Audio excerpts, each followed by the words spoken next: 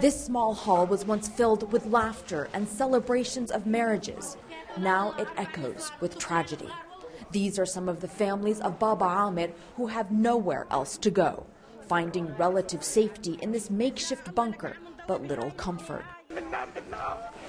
We're not sleeping at night, we're not sleeping during the day, Ilham howls.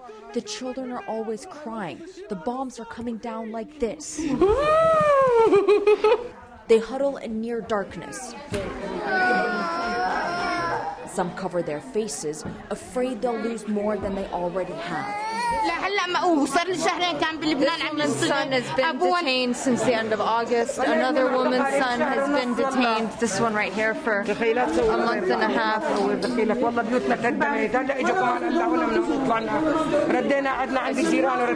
just walked in and we've just been swamped, bombarded by these people's tragic stories here.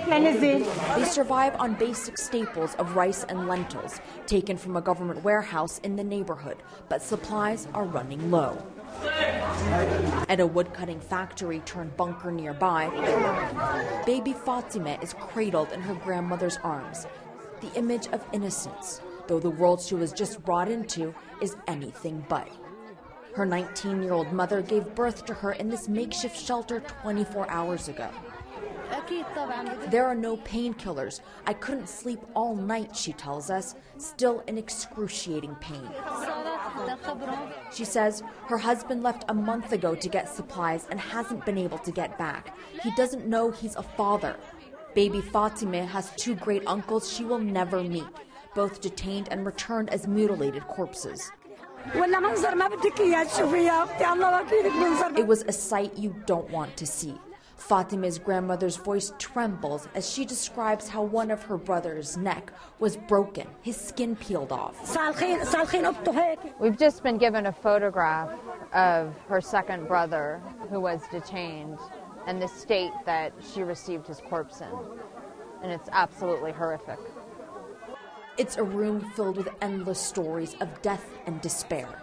Safa's brother and husband were killed when a round struck their home 10 days ago, but she can hardly pause to grieve. I have to keep going. I have to live for my children, she says. Activists gather the children for the camera, leading a song against the regime.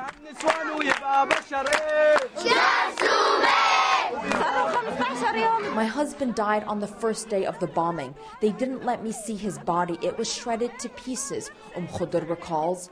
His blood is still in the streets. And feel his son. He's sick and there is no medicine.